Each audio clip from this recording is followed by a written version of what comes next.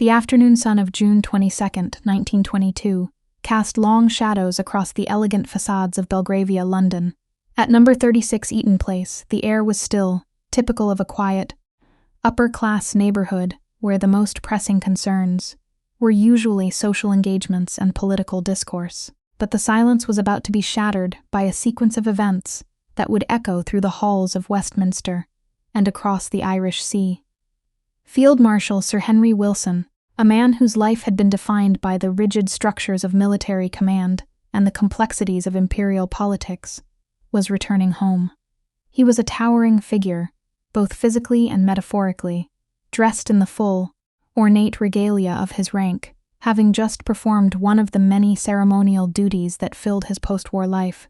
Remember to comment, like, share, and subscribe so you don't miss future episodes of the Calendar of Crime. Your support helps us bring these forgotten moments of history back to life, one date at a time. Now, let's carry on with the story. Sir Henry Wilson was not merely a retired soldier. He was a polarizing force in British-Irish relations. As the former chief of the Imperial General Staff and a newly elected Member of Parliament for North Down, he was a staunch Unionist and a fierce critic of the Anglo-Irish Treaty. To many in the British establishment, he was a hero of the Great War and a guardian of the Empire. To the Irish Republican Army, however, he was a primary architect of the Black and Tans and a symbol of British oppression.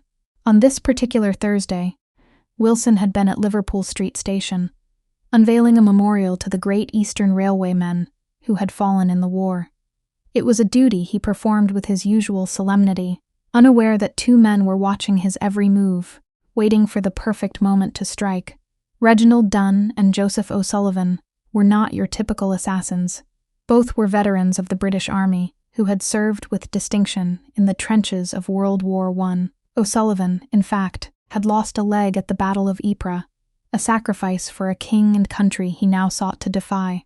Both men were members of the London Battalion of the IRA, and they had been ordered, or perhaps felt compelled by the escalating violence in Northern Ireland, to eliminate the man they held responsible for the suffering of their people. They followed Wilson from the station, keeping a discreet distance as he boarded a taxi, and made his way back to the quiet sanctuary of Eaton Place.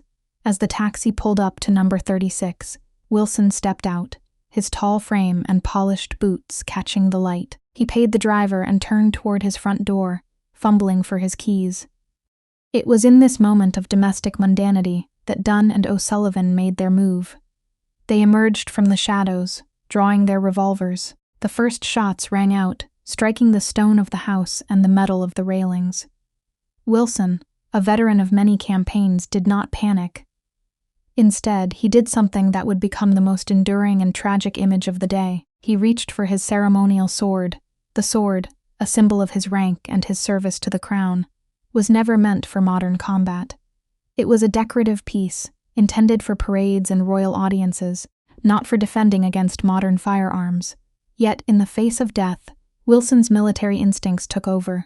He drew the blade, the steel flashing in the sunlight, and turned to face his attackers. He was a 58-year-old man in a dress uniform, wielding a sword against two younger men with pistols. It was a scene of desperate, almost medieval bravery, but it was a futile gesture in the age of the bullet. Dunne and O'Sullivan fired again and again. Wilson was hit several times, the force of the bullets knocking him back against his own front door. He collapsed onto the doorstep, the ceremonial sword falling from his hand and clattering onto the pavement. The assassins, seeing their target down, turned and fled into the maze of Belgravia's streets. The sound of the gunfire had already alerted the neighborhood. A maid from a nearby house screamed, and a taxi driver who had witnessed the shooting began to give chase, blowing his whistle to alert the police.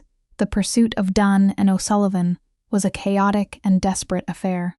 Despite his prosthetic leg, O'Sullivan struggled to keep pace with Dunne as they ran through the back streets. They were pursued by a growing crowd of civilians and a few unarmed police officers. The assassins turned several times to fire at their pursuers, wounding a policeman and a civilian who tried to block their path. However, the weight of the crowd and the arrival of more officers eventually pinned them down. In a frantic struggle near Ebury Bridge, the two men were finally overpowered and taken into custody, narrowly escaping being lynched by the angry mob. Back at Eaton Place, the scene was one of horror. Lady Wilson had rushed to the door, only to find her husband lying in a pool of blood. Despite the efforts of doctors who arrived shortly after, Sir Henry Wilson's wounds were fatal. He died within minutes, his life extinguished on the very threshold of his home. The news of his assassination spread like wildfire, sending shockwaves through London. King George V expressed his profound grief, and the House of Commons was suspended as a mark of respect. But beyond the personal tragedy, the political ramifications were immediate and devastating.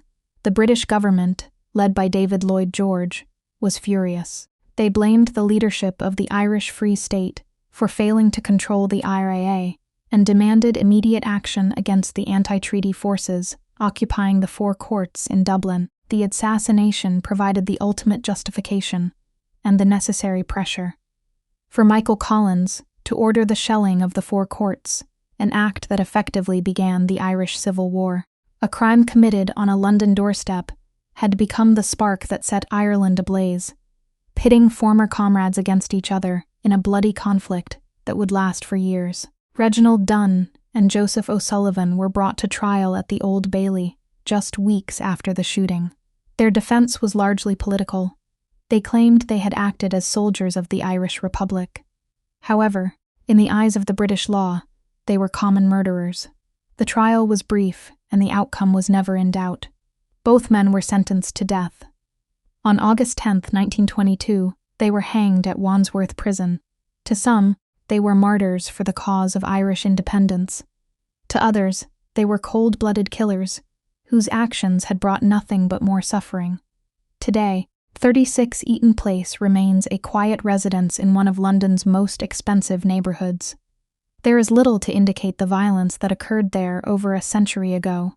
Yet, the story of Sir Henry Wilson's death remains a powerful reminder of how individual acts of political violence can alter the course of history. It was a day when the chivalry of a bygone era, represented by a ceremonial sword, met the brutal reality of modern political struggle. As the sun set over London on June 22, 1922, the Empire mourned a fallen soldier, while across the sea, a new and even more bitter conflict was just beginning. Thanks for watching. Please comment, share, like, and subscribe for future episodes from the Calendar of Crime.